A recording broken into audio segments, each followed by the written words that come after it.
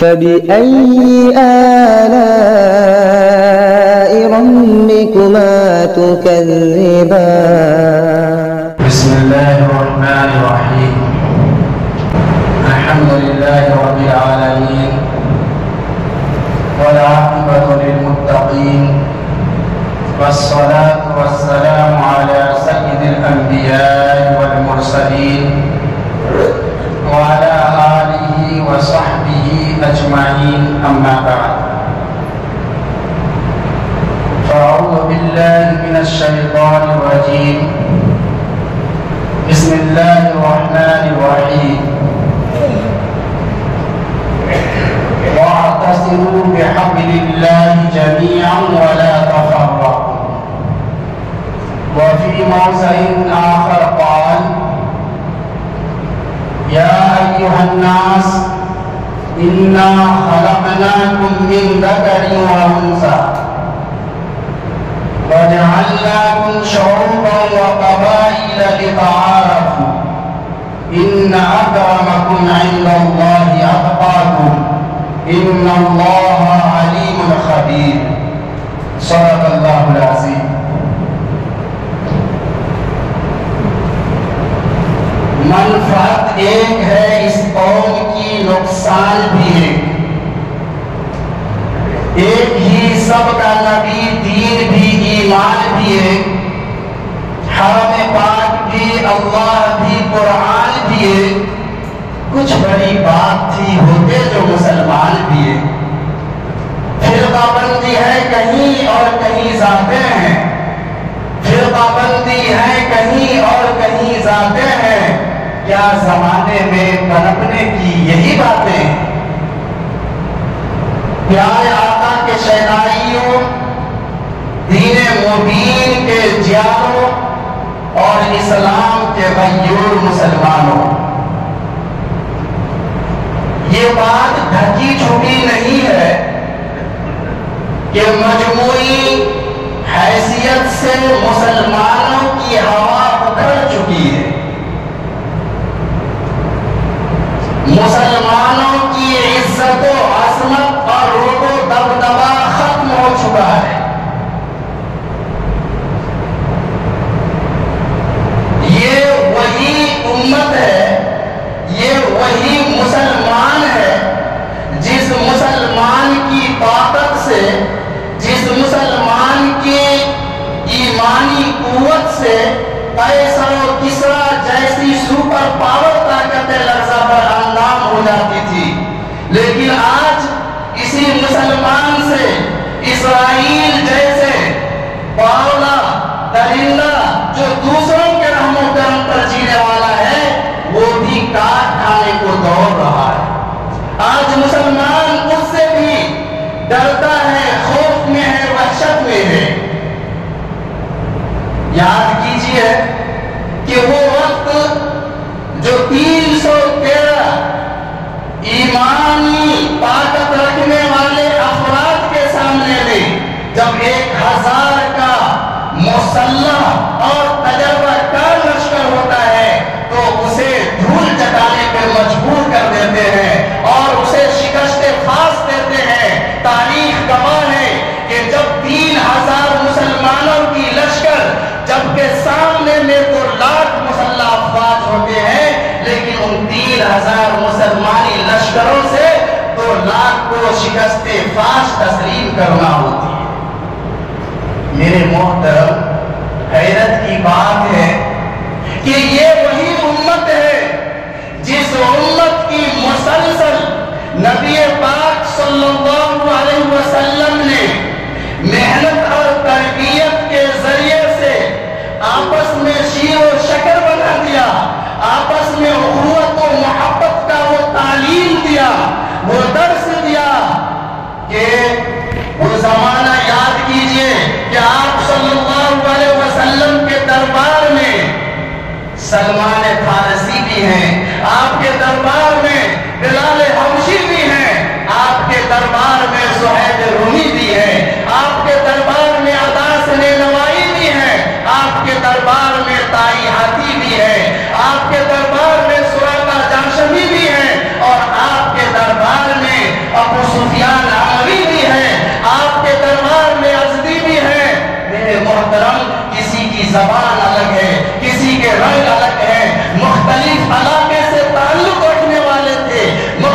قبیلے سے تعلق رکھنے والے تھے، لیکن اللہ کی نبی صلی اللہ علیہ وسلم نے سارے امتیازات کو، سارے اختلافات کو اور سارے رنگ اور نسل کے امتیازات کو اس طرح مٹا دیا کہ آپس میں اس طرح وہ بھائی بھائی تھے، اگر زبان الگ تھی، رنگ الگ تھے، قبیلے الگ تھے، مختلف علاقے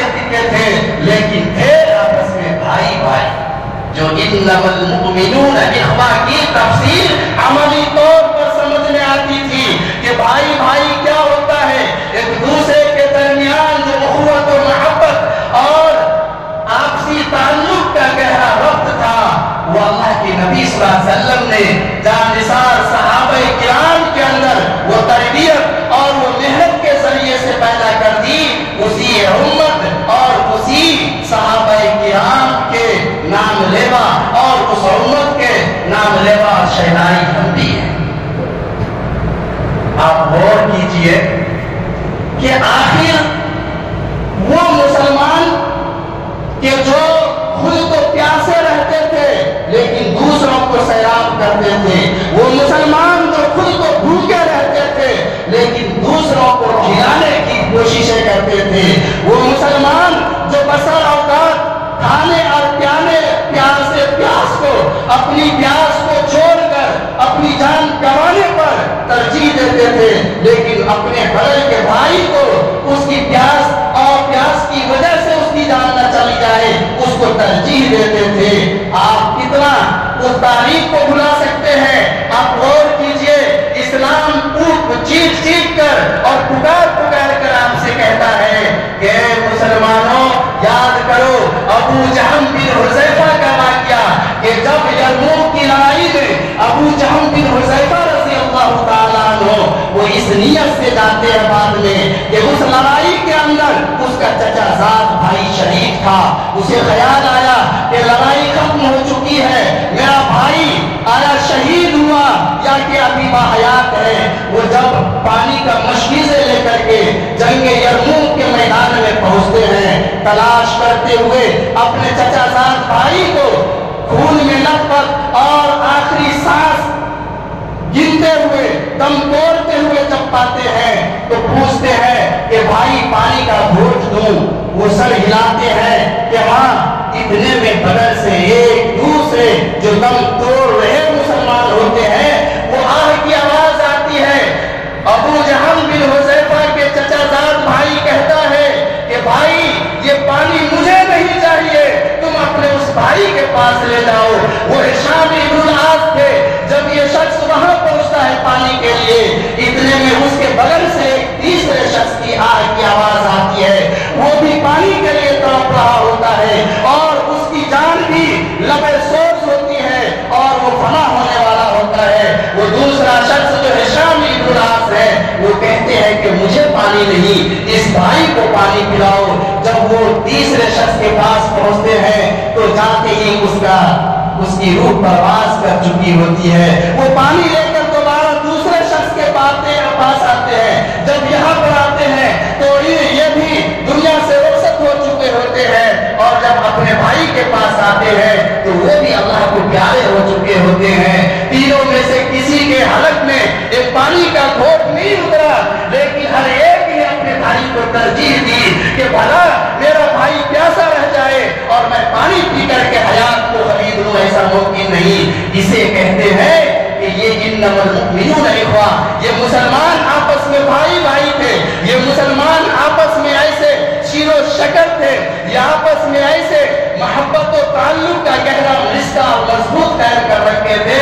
کہ بڑی سے بڑی سپر طاقتیں اور پاوریں ان کے سامنے میں اگرچہ یہ چیتروں میں ہوتے تھے، لکڑوں میں ہوتے تھے، ان کے پیر میں کھجور کی شاخوں کی چپلیں ہوا کرتی تھی، بدن کے اوپر جو کپڑے ہوتے تھے ان کپڑوں پر کئی کئی پیبند لگے ہوئے ہوتے تھے، لیکن جب سپر پاور طاقتوں کے سامنے مسلمانوں کی فوج اور اس کے امیر اور جنمیر کا جب سامنا ہوتا تھا تو اس کے اوسان خطا ہو جاتے تھے، ان کی پیشاب باہر آ جاتا تھا۔ میرے محترم، یہ کیا تھی؟ ان کے پاس نہ دولت تھی، ان کے پاس نہ کسی قسم کا منصب اور عہدہ تھا، نہ ان کے پاس پہننے کے لیے شاندار لیکن اس کے باوجود کافر تھرا جاتے تھے اور کافر کے ایوانوں میں تو زلزلہ برپا ہو جاتا تھا۔ یہ کیا تھا؟ یہ صرف اور صرف ایمانی قوت تھی، یہ آپس کی اتحاد اور اتفاق کا وہ جوہر تھا، وہ اسپرٹ تھا کہ جس اسپرٹ کی وجہ سے سامنے والے کے اوزان ختم ہو رہے تھے۔ آج ہمارے پاس دولت بھی ہے، ہم تعداد میں مسلمان کم نہیں ہیں اور وہ کی تعداد میں ہے پوری دنیا کے اندر، ہمارے پاس پیٹرول بھی ہے، سونے چاندی کے کانے بھی ہیں، خزانے بھی ہیں، ہمارے پاس شاندار ملبوسات بھی ہیں، وہ کھچروں اور گدھوں پہ سوار ہو کر کے وہ میدان جنگ میں اور شہروں میں گھس جاتے تھے، قلعہ میں گھس جاتے تھے۔ آج ہمارے پاس ہوائی جہاز ہے، ہمارے پاس ریلوے ہے، ہمارے پاس شاندار اور چمچماتی ہوئی کاریں ہوتی ہیں جس میں ہم بیٹھ کے باہر نکلتے ہیں، لیکن کسی کے اوپر ہمارا روب نہیں پڑتا ہے، ہماری عزت و عظمت خاک میں مل چکی ہے، ہمارا روب و دبدبا مٹ چکا ہے۔ یہ کیوں ہوا ایسا؟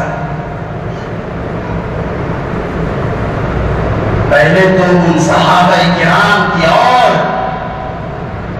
وجوہات کو دیکھیے۔ حضرت عبداللہ ابن عمر رضی اللہ تعالیٰ عنہ بیان کرتے ہیں، ایک صحابی کے گھر میں کسی نے بطور تحفہ کے ایک بکرے کی سری ہدیے کے طور پہ دیا، اور جب ان کے پاس وہ بکرے کی سری آئی تو سری آنے کے بعد ان کے خیال آیا، ان کے دل میں یہ بات آئی کہ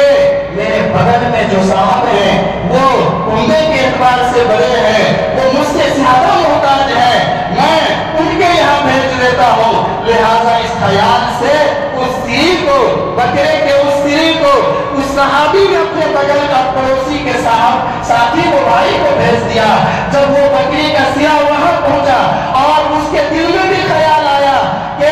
میرے بغل میں جو ساتھی ہے، جو پڑوسی ہے، وہ زیادہ مستحق ہے، اسے اس کی زیادہ حاجت ہے، ضرورت ہے، انہوں نے اس تیسرے شخص کو بھیج دیا۔ روایت میں آتا ہے کہ اس طرح سے وہ 7 گھر میں وہ بکرے کی سری گئی اور واپس لوٹ کے پہلے صحابی کے گھر میں آ گئے۔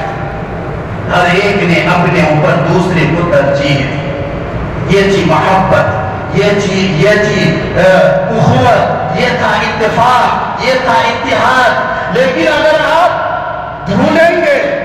کہ ہماری یہ حالت، ہماری یہ درگت کیسے ہو گئی کہ آج ہم سے کوئی نہیں ڈرتا ہے، کسی ملک کے پاس ہم سے ڈرنے کا کوئی وجوہات نہیں ہے، ریزن نہیں ہے۔ اس امت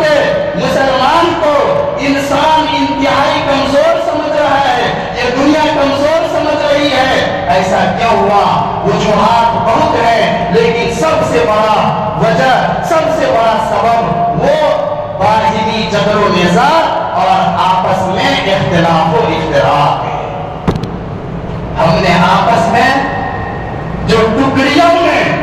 ہم نے اپنے آپ کو بانٹ لیا ہے، فرقوں میں ہم نے اپنے آپ کو بانٹ لیا ہے، جماعتوں میں ہم نے اپنے آپ کو بانٹ لیا ہے، ہر ایک دوسرے کے اوپر کفر کے فتوے لگا رہے ہیں، ہر ایک دوسرے کو گالیاں دے رہے ہیں، اور ایک مسلمان دوسرے مسلمان کے خون کے پیاسے ہیں۔ یہ سب سے بڑی وجہ ہے، سب سے بڑا سبب ہے کہ آپس میں مسلمانوں کی جو پسپائی ہو رہی ہے، مسلمانوں کی جو درگت ہو رہی ہے، مسلمانوں کی جو ہزیمت ہو رہی ہے، اس کو ہم نے اپنے ہاتھوں سے کمایا ہے اور اپنے ایمانی طاقت کو اتنا کمزور کر لیا ہے۔ اپنے اتحاد اور اتفاق جو اس اسلام نے، اس مذہب اسلام نے جتنا زیادہ زور دیا ہے اتحاد اور اتفاق کے اوپر، کسی مذہب کے اندر نہیں دیا گیا۔ آج آپ غور کیجئے کہ جس کا درس ہمیں پرزور انداز میں دیا گیا، اس زیور کو، اس ہتھیار کو، اس اسلحہ کو غیروں نے اختیار کر لیا ہے، اور اس کے اندر اس طرح سے اتحاد اور اتفاق کا اور یونٹی کا، کمیونٹی کا ایسا مظاہرہ ہوتا ہے کہ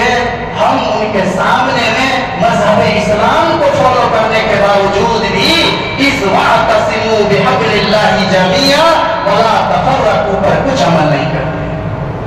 اللہ فرماتا ہے کہ مسلمانوں وَاعْتَصِمُوا بِحَبْلِ اللَّهِ جَمِيعًا، تم اللہ کی رسی کو مضبوطی سے تھام لو، مضبوطی سے پکڑ لو، میں اختلاف مت کرو. اگر اختلاف کرو گے تو 1400 سال پہلے قرآن نے یہ اعلان کر دیا ہے. یہ مستند بات ہے, بے سند بات نہیں ہے. قرآن کہتا ہے کہ وَلَا تَنَازَعُوا فَتَفْشَلُوا, کہ تم اختلاف نہ کرو, تم آپس میں جھگڑا نہ کرو, تم ناکام ہو جاؤ گے. وَتَذْهَبَ رِيحُكُمْ, اور تمہاری ہوا ڈر جائے گی. تم کسی قیمت کے نہیں رہو گے, تم بے قیمت ہو جاؤ گے, تم بے دام ہو جاؤ گے, اور تمہاری عزت و عظمت پر پٹا لگ جائے گا. آج وہی ہو رہا ہے کہ ہم نے قرآن کریم جو 1400 سال پہلے ہمیں یہ سبق دیا تھا کہ وَلَا تَنَازَعُوا, آج ہم تنازعوں میں پڑ گئے ہیں. آج ہم ایک دوسرے سے اختلاف کرتے ہیں, ایک دوسرے سے ہم اختلاف کرتے ہیں, ہم انتشار کے شکار ہیں. اور اتحاد و اتفاق کا جو درس سورہ الفاظ میں دیا گیا تھا اس کو ہم نے بالائے طاق رکھ دیا ہے. اس وجہ سے ہماری پسپائی ہو رہی ہے. تاریخ کا سب سے سنہرا واقعہ آپ دیکھیے کہ ان سے یعنی صحابہ کرام سے کیوں بڑے بڑے حکمران کانپتے تھے, ڈرتے تھے. ابتدائی اسلام کا میں ایک واقعہ جو سن 16 ہجری کا واقعہ ہے اور بہت ہی انتہائی سبق آموز اور سنہرے اوراق سے لکھے جانے والے یہ واقعہ ہے کہ حضرت ابو عبیدہ رضی اللہ تعالیٰ عنہ, حضرت ابو عبیدہ رضی اللہ تعالیٰ عنہ کی قیادت میں مسلمانوں کی فوجیں شام کو فتح کرتا ہوا یہ فلسطین پہنچتی ہے. حضرت ابو عبیدہ رضی اللہ تعالیٰ عنہ کی قیادت میں مسلمان فوجیں کہاں پہنچ گئی؟ شام کو فتح کرتے ہوئے فلسطین پہنچ گئی. جب فلسطین مسلمان فوجیں پہنچتی ہیں تو وہاں کے عیسائی بیت المقدس میں محصور ہو کر قلعہ بند کر لیتے ہیں اور مسلمانی فوجیں چاروں طرف سے محاصرہ کر لیتے ہیں. سن 16 ہجری کا یہ واقعہ ہے. کافی دنوں تک محاصرہ رہا, گھیرے رکھتے. پھر عیسائیوں نے صلح کے اوپر پیشکش کی کہ ہم آپس میں صلح کر لیتے ہیں. لہذا صلح کے لیے کاغذات تیار ہوئے. جب کاغذات تیار ہو گئے تو عیسائیوں نے ایک شرط رکھی کہ یہ صلح اسی وقت پاس ہوگی جب اس کے اوپر حضرت امیر المومنین عمر فاروق رضی اللہ تعالیٰ عنہ سائن کریں گے, سگنیچر کریں گے. حضرت ابو عبیدہ رضی اللہ تعالیٰ عنہ نے فوراً ہرکارے کو بھیجا, نمائندہ کو بھیج کر کے حضرت امیر المومنین کو خبر پہنچائی. اور حضرت امیر المومنین کو جب یہ خبر پہنچی تو آپ نے صحابہ کرام سے مشورہ کیا اور مشورے سے طے ہو گیا کہ جاریہ اور صلح نامے کے اوپر آپ سائن کر دیجئے. حضرت عمر چل پڑتے ہیں, آپ کے ساتھ میں صرف ایک خادم ہوتا ہے اور ایک سواری ہوتی ہے. جب مدینہ سے باہر نکلتے ہیں تو حضرت عمر فرماتے ہیں اپنے خادم سے کہ بھائی دیکھو ہم راستے کو 3 باریوں میں تقسیم کر لیتے ہیں. ذرا غور سے سنیے, یہ تھے امیر المومنین. کہا کہ ہم باریاں راستے کو 3 باریوں میں تقسیم کر لیتے ہیں کہ کچھ حصے میں ہم اونٹ کے اوپر جو سواری ہے اس کے اوپر سوار ہوں گے, کیونکہ اگر میں سوار رہا اور پورے راستے تم نکیل پکڑ کر چلتے رہے تو یہ تمہارے اوپر ظلم ہوگا, اور اگر تم سوار رہے اور میں نکیل پکڑ کے چلتا رہا تو میرے اوپر تم ظلم کرو گے, اور اگر ہم دونوں سواری کے اوپر سوار ہو جائیں گے تو جانور کی پیٹھ کو توڑ ڈالیں گے اور وہ ہلاک ہو جائے گا. اس لیے ہم باریوں کو تقسیم کرتے ہیں کہ کچھ راستے تک تم سوار ہوگے اور اس کا نکیل پکڑ کر میں چلتا رہوں گا پیدل. پھر جب وہ پوری ہو جائے گی باری تو میں سوار ہو جاؤں گا, تم سوار ہو جانا اور میں چلوں گا. اس طرح سے راستہ جب 2 حصے کر جائیں گے تو اس کے بعد سواری کو ہم یوں ہی نکیل پکڑ کر دونوں پیدل چلیں گے تاکہ اسے بھی کچھ راحت مل جائے. بہرصورت راستہ ان 3 باریوں کے ساتھ پورا ہوتے ہوئے لشکروں کے فوج میں جا کے مل جاتے ہیں. جہاں پہ ابو عبیدہ رضی اللہ تعالیٰ عنہ انتظار کر رہے تھے, جب وہ آپ پہنچتے ہیں تو ابو عبیدہ رضی اللہ تعالیٰ عنہ دیکھتے ہیں کہ امیر المومنین تو ایسے کپڑے پہن کے آئے ہیں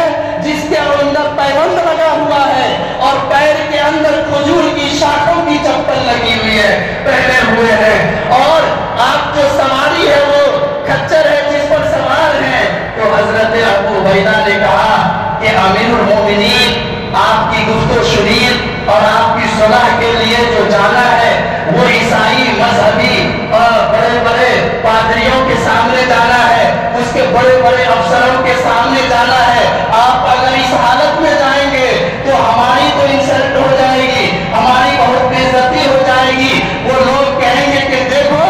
یہ ایسے لوگ ہیں جنہیں پہننے کے لیے لباس نہیں ہے، سواری کے لیے اچھے اور عمدہ سواری نہیں ہے، جن کے پیر میں صحیح قسم کے چپل نہیں ہے، یہ ہم سے صلح کرنے آئے۔ حضرت امیر المومنین نے کہا کہ ابو عبیدہ یہ بات تم کہہ رہے ہو، یہ بات تم کہہ رہے ہو، کیا تمہیں معلوم نہیں ہے کہ انا کنا اذل قوم، کہ ہم سب سے پست قوم تھے، ہم سب سے پست قوم تھے، فَأَعْزَنَّ اللَّهُ بِالْإِسْلَامِ، تو اللہ نے ہمیں اسلام کے ذریعے سے عزت بخشی ہے۔ اگر ہم اب کسی اور چیز کے بدلے میں عزت چاہیں گے تو اللہ ہمیں ذلیل کر دے گا، اللہ ہمیں ذلیل کر دے گا، اس لیے ہمیں کسی چینج اور تبدیلی کرنے کی ضرورت نہیں ہے، آگے بڑھتے ہیں۔ آپ سوچئے حضرت عمر جس وقت وہاں سے آگے بڑھتے ہیں، پادریوں کے پاس جاتے ہیں، عیسائی افسروں کے پاس جاتے ہیں، اس وقت جو باری تھی وہ خادم سوار ہے، امیر المومنین وہ نکیر پکڑ کر کے وہ جا رہے ہیں، لیکن کافروں میں غلغلہ ہے، کافر پھرا رہے ہیں کہ عمر آ رہا ہے،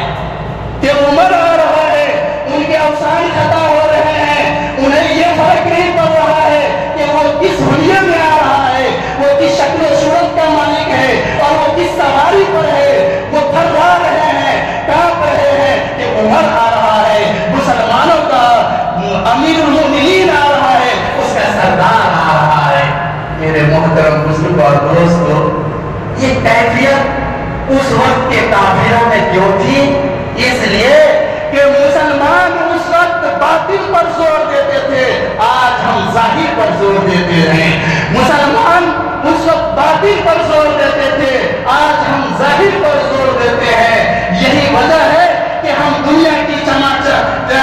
چمچماتی دنیا میں، دنیا کی رونق میں ہم کھو جاتے ہیں، لیکن ہمیں جس چیز کو مضبوط کرنا چاہیے، ہمیں جس چیز کے اندر اپنی صلاحیت پیدا کرنی چاہیے، ہمیں جس چیز کے اندر اپنے آپ کو لوہا منوانے کے لیے اور کافروں کے دانتوں کو تیکھے کرنے کے لیے، چنا چبوانے کے لیے ہمیں جس اسپرٹ کی ضرورت ہے اس سے ہم کوسوں دور ہوتے جا رہے ہیں۔ یہی وجہ ہے کہ جب تلک مسلمانوں کے اندر یہ اتحاد و اتفاق کا جوہر تھا، اخوت و محبت کا جوہر تھا، تو ان کو عزت بھی تھی، ان کی عظمت بھی تھی، ان کا احترام بھی ہوتا تھا، ان کا استقبال بھی ہوتا تھا، اور کافر کے ایوانوں میں زلزلہ بھی آتا تھا۔ لیکن عیسائیوں نے مسلمانوں کو فروعی مسائلوں میں دھکیل کر اور مختلف قسم کے اختلافات کے دروازے کھول کر اتنا دور دھکیل دیا کہ آج ایک مسلمان دوسرے مسلمان کی کسی ترقی سے، اس کی صحت سے، اس کی اولاد سے، اس کے کاروبار سے اور اس کے کسی بھی ہنسنے اور کیا مسکرانے والی چیز سے ایسا لگتا ہے کہ جیسے دوسرے بھائی کو نفرت ہو رہی ہے۔ یہ کیفیت بڑھتی جا رہی ہے۔ میں آپ کو بتاؤں کہ عیسائیوں میں کس طرح سے مسلمانوں کے اندر اختلاف پیدا کرتا تھا۔ میں صرف آپ کو ایک مثال دینا چاہتا ہوں، بڑا دلچسپ مثال ہے یہ واقعہ، جو یہ انتصالی واقعہ ہے وہ بڑا ہی دلچسپ ہے کہ ایک بڑا ہی رئیس عیسائی ایک عالم صاحب کے پاس گئے، اور عالم صاحب سے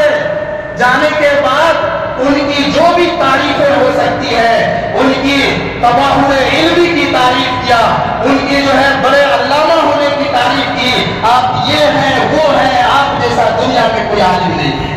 خوب تعریف کی، خوب تعریف کی، اور بہت سارے درہم و دینار کے تحفے پیش کر دیے۔ اس کے بعد کہا کہ آپ جو ہے ہمیں یہ بتا دیجئے، آپ تو بڑے عالم ہیں، آپ کے جو ہے شہرت ہے، آپ بتا دیجئے کہ اصحاب کہف کے کتے کا رنگ کیا ہے۔ اصحاب کہف جو قرآن کریم کے اندر ایک واقعہ ہے، اس میں کچھ لوگ جو ہے کافر اور ظالم بادشاہوں سے ڈر سے چھپ گئے تھے، غار میں وہاں ایک کتا بھی گیا تھا۔ اس واقعے کی تفصیل کا موقع نہیں ہے، میں صرف یہ کہ اس کتے کا رنگ کیا تھا نہ قرآن بتایا نہ حدیث میں آیا اور نہ کسی مفسرین نے ذکر کیا، تو وہ اس میں کوئی بحث نہیں تھی۔ تو پیسہ دینے کے بعد، ہدیہ تحفہ دینے کے بعد کہا آپ رنگ بتا دیجئے۔ اب وہ عالم صاحب سوچے کہ یہ بھئی اتنا سارا قیمتی تحفہ دیا ہے، میری تعریف کی ہے، تو اسے تو کچھ بتانا ہی پڑے گا۔ اس نے کہا کہ بھئی اصحاب کہف کے کتے کا رنگ سفید تھا۔ اس کا کام بن گیا۔ کہا ایسا ہے کہ دیکھیے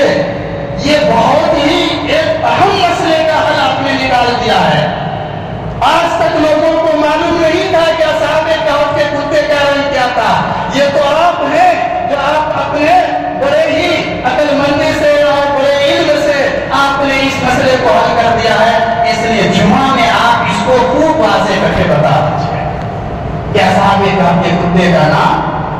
سفید ہے۔ وہ رئیس عیسائی دوسرے محلے میں بھی چلے گئے، اس میں بھی بیان ہونا ہے کہ سفید ہے، بلال مسجد کے علی صاحب کے پاس بھی چلے گئے اور خوب تعریف کی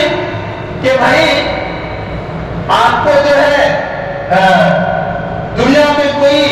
آپ کا ہم بلہ نہیں ہے، آپ کے پاس علم ہی علم ہے، لہذا خوب تعریف کی، خوب ہدیے تحائف دیے اور دینے کے بعد کہا اچھا بتائیے کہ اصحاب کہف کے کتے کا رنگ کیا ہے؟ اس صاحب نے کہا کہ میری اتنی تعریف کی ہے تو میں بھی بتا ہی دوں گا۔ لہذا اس نے کہا اصحاب کہف کے کتے کا نام رنگ کالا۔ کہا کہ واہ آپ نے بہت بڑا مسئلہ حل کر دیا، اس لیے اس مسئلے کو جمعہ کے دن لوگوں میں ضرور بیان کر دیجیے گا تاکہ جن کو پتا نہیں ہے، علم نہیں ہے، ان سب کو پتا ہو جائے۔ بالکل ٹھیک ہے آپ جائیے ہم بتا دیں گے۔ لہذا جمعہ آیا اور دو مسجد میں اسی موضوع پہ بیان چل رہا ہے۔ ایک امام صاحب نے، ایک عالم صاحب نے کہا کہ اصحاب کہف کے کتے کا رنگ سفید ہے اور اس کو بے تکا ثابت کرنے کے لیے ڈھیر سارے دلیلیں دے دی۔ دوسرے عالم صاحب نے بھی دوسری مسجد میں اصحاب کہف کے کتے کا رنگ کالا ہے، اس پر ڈھیر سارے دلیل دے کر کے لوگوں کو سنا دیا۔ لوگ چلے گئے، شام میں جمع ہوں گے، چوک چوراہوں پہ، ہوٹلوں میں تو جمع ہوں گے ہی۔ کچھ نوجوان نے ہوٹلوں میں ذکر کر دیا کہ بھئی آج تو ہمارے عالم صاحب نے بہت بڑا ایک مسئلہ بتلایا جو اب تک پتا نہیں تھا۔ کہا کیا؟ کہا کہ اصحاب کہف کے کتے کا رنگ سفید ہے بتایا ہے۔ وہاں پر اس مسجد کا بھی نوجوان تھا، کہا ڈالے ہمارے یہاں امام صاحب نے کہا ہے کہ اصحاب کہف کے کتے کا رنگ کالا تھا، وہ نہیں سفید تھا، اب کہا کالا تھا، چل گیا کالا سفید کالا سفید کالا سفید، ٹپر لپر مکہ لکا سب چل گیا۔ چل گیا، اب دو فرقے میں بٹ گئے، ایک سفیدی اور ایک کالی۔ یہ دو فرقے ہو گئے، ایک اصحاب کہف کے کتے سفید والے ہیں کتے۔ یہ کیا تھا؟ یہ میں صرف آپ کو تھوڑی بات یہ سمجھانے کے لیے مثالی بات ہے، لیکن مسلمانوں کو عیسائیوں نے اتنا دور کر دیا ہے، یہودیوں نے اتنا دور کر دیا ہے کہ آج ہمارے پاس کوئی پوزیشن نہیں، آج ہمارے پاس کوئی حیثیت نہیں ہے۔ آج ہم گاجر مولی کی طرح جب چاہے کترے جا سکتے ہیں اور کچلے جا رہے ہیں۔ اس لیے میں نے پہلے ہی جملہ میں کہا کہ یہ بات ڈھکی چکی نہیں ہے کہ اس وقت ہماری عزت و عظمت پر پٹا لگ چکا ہے، اور یہ سب سے بڑا جو سبب ہے وہ یہی ہے کہ ہم نے اختلاف و افتراق کو اپنے دامن میں سمیٹ لیا ہے، اور جو باہری اتفاق ہونا چاہیے تھا اس کو ہم نے ترک کر دیا ہے۔ میرے محترم، جب تک کہ آپ یہ نہیں بدلیں گے، یہ چینجنگ نہیں آئے گی۔ منفعت ایک ہے، اس قوم کی نقصان بھی ایک۔ جب ہم مسلمان ہیں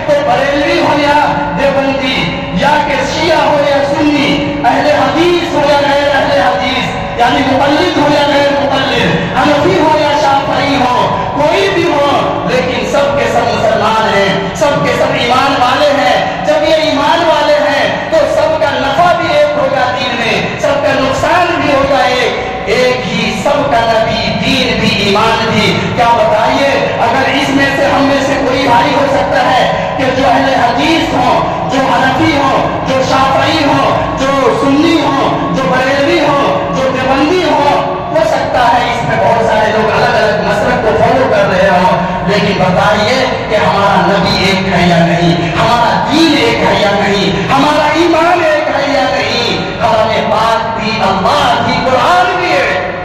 کیا بریلوی جو ہے حج کرنے کہیں اور جاتے ہیں, دیوبندی حج کرنے کہیں اور جاتے ہیں, حرم پاک خانہ کعبہ الگ الگ ہے دونوں کا؟ نہیں ہے, ایک ہی ہے. حرم پاک بھی اللہ بھی. کیا اللہ تو چار ہے جتنے ہم مسلمانوں میں فرقے ہیں الگ الگ اللہ ہے؟ نہیں, ایک اللہ ہے. کہ حرم پاک بھی اللہ بھی قرآن بھی ایک, کہ قرآن بھی ہم سب کا ایک ہے. کچھ بڑی بات تھی ہوتے جو مسلمان ہیں, مسلمان ہی الگ الگ ہو گئے, سب کچھ ہے, لیکن ہمارا جینے کا جو سلیقہ ہے, ہمارے جینے کا جو اسٹائل ہے, وہ ہم نے ایسا اختیار کر لیا ہے کہ یہود بھی ہم پہ شرماتے, یہود بھی ہم پہ شرماتے. میرے محترم بزرگوں اور دوستوں, یہ اتفاق والی اسپرٹ کو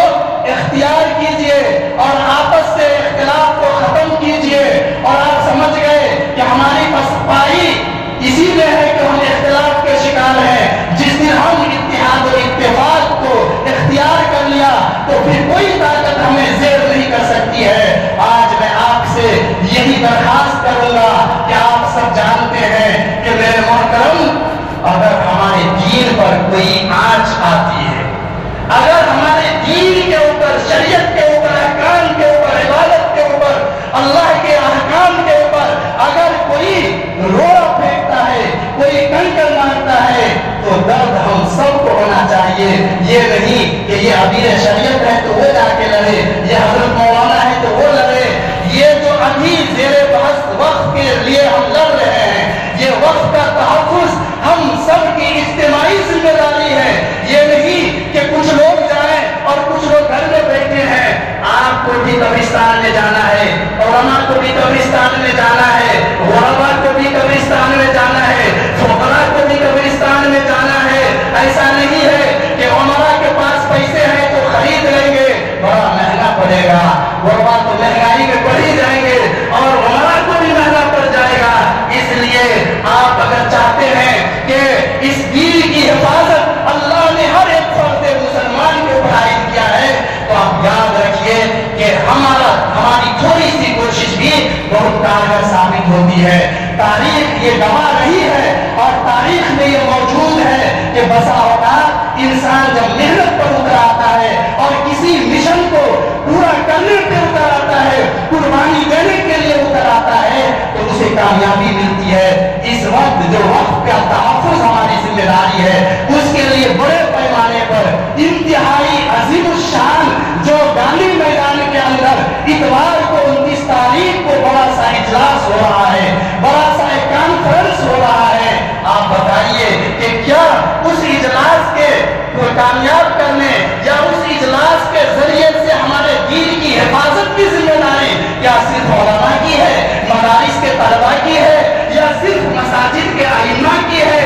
نہیں, جو دکانوں میں بیٹھتے ہیں, جو آفسوں میں بیٹھتے ہیں, جو دفتروں میں بیٹھتے ہیں, جو کمپنی اور کارخانے چلاتے ہیں, جو بزنس مین ہیں, تاجر ہیں, جو صنعت کار ہیں اور جو گھروں میں آرام کر رہے ہیں, ان سب کی ذمہ داری ہے کہ اس اجلاس کو, اس کانفرنس کو کامیاب بنائیں. اور آپ اس بات کو ذہن سے نکال لیجئے کہ وہاں پر بلانے والا دیوبندی ہے یا بریلوی ہے, بلانے والا غیر مقلد ہے یا مقلد ہے, حنفی ہے یا شافعی ہے, شیعہ ہے یا سنی ہے. اس بات کو ذہن سے آپ نکال دیجئے اور یہ سنیے کہ ہمیں جو قول دیا ہے وہ ایک مسلمان نے دیا ہے, ہمیں جو قول دیا ہے وہ ایک ایمان والے نے دیا ہے. اور اس قول پر ہم سب کی ذمہ داری ہے کہ وہاں پہنچ جائیں اور اس ذمہ داری کو پورا کر کے ہم اس مشن کو کامیاب کرنے کے لیے اپنے تن من دھن کی باری لگا دیں. میں آپ سے بس گزارش کرتا ہوں, کیا بھائی سب لوگ اب جائیں گے یا نہیں جائیں گے؟ 25% ہاتھ اٹھا. یہ ہے جذبہ. صحابہ کی تاریخ سن لیا آپ نے, برا مت مانیے گا. اگر کہیے تو میں رو رہا ہوں، میں آپ کے ہاتھ دیکھ کر کے لگتا ہے کہ آپ نے اس کان سے سنا اور اس کان سے صحابہ کی تعریف کو نکال دیا کہ ان کے اندر جو جذبہ تھا، ان کے اندر جو اسپرٹ تھا، ان کے اندر جو قوت تھی، وہ ایمانی قوت کس میدان میں تھی؟ جب وہ جرنیل، آپ کو معلوم ہے کہ اندلس کا کیا ہوا، جس اندلس کے ساحل کے اوپر مشہور جنرل طارق بن زیاد نے کشتیاں ڈالی تھی،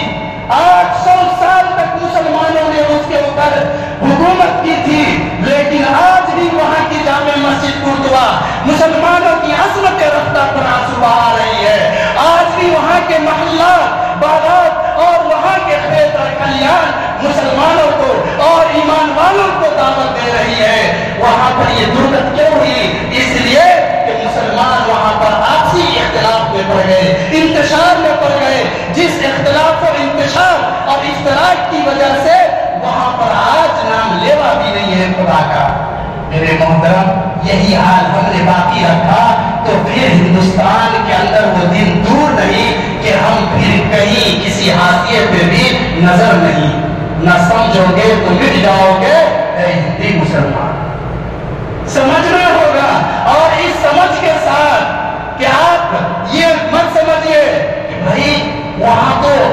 اضلاع سے، گاؤں سے، قریہ سے، دیہات سے، شہر سے، ہر جگہ سے لاکھوں لوگ آ رہے، میں نہیں جاؤں گا تو کیا ہوگا، میں نہیں جاؤں گا تو کیا ہوگا؟ ایک آدمی نے یہی بات اگر اس مسجد کے جو یہاں پر 200 سے 300 لوگ ہوں گے، یہ اگر سب یہی سوچے دل میں کہ ایک بات کو میں نہیں جاؤں گا تو کیا ہوگا، تو یہ تو 400 لوگ نہیں گئے تھے، کیونکہ یہ سب سوچے، یہ مت سوچئے کہ میں نہیں جاؤں گا تو کیا ہوگا، آپ سوچئے کہ میں جاؤں گا تو بہت کچھ ہوگا، اور یہ شعر گنگناتے ہوئے صبح نکلیے گا اتوار کو کہ کچھ سمجھ کر ہی ہوا ہوں موج دریا کا حریف، کچھ سمجھ کر ہی ہوا ہوں موج دریا کا حریف، ورنہ میں بھی جانتا ہوں عافیت ساحل میں ہے۔ ظاہر ہے کہ گھر میں بیٹھے رہیں گے تو سفر کرنے کی مشقت سے بچ جائیں گے، وہاں دھکا مکا ہوگا، نہ جانے کیا بھی ہو جائے، بارش ہوگی، دھوپ ہوگی، حالات بگڑ جائیں گے، کیا ہوگا، بہت سارے خدشات بھی ہوتے ہیں، لیکن کیا اس خیال سے کہ ہم نہیں جائیں، گھر میں بیٹھے رہیں، اللہ اگر موت بھیج دے تو گھر میں موت نہیں آ سکتی ہے کیا؟ آپ آرام سے اے سی میں بیٹھ رہے تھے، وہاں لڑنے والے لڑ رہے تھے، مشن کو پورا کرنے والے مشن پورا کرنے میں لگے تھے، وہ آرام سے گھر واپس آ گئے، اور اے سی میں بیٹھنے والے اللہ کے پیارے۔ تو آپ اسی ارادے سے، اسی نیت سے نکلنا ہے اتوار کو کہ کچھ سمجھ کر ہی ہوا ہوں موج دریا کا حریف، ورنہ میں بھی جانتا ہوں عافیت ساحل میں ہے۔ اللہ تعالی ہم سب کو کہنے سے زیادہ عمل کرنے کی توفیق عطا فرمائے، آمین۔ وآخر دعوانا الحمدللہ رب العالمین۔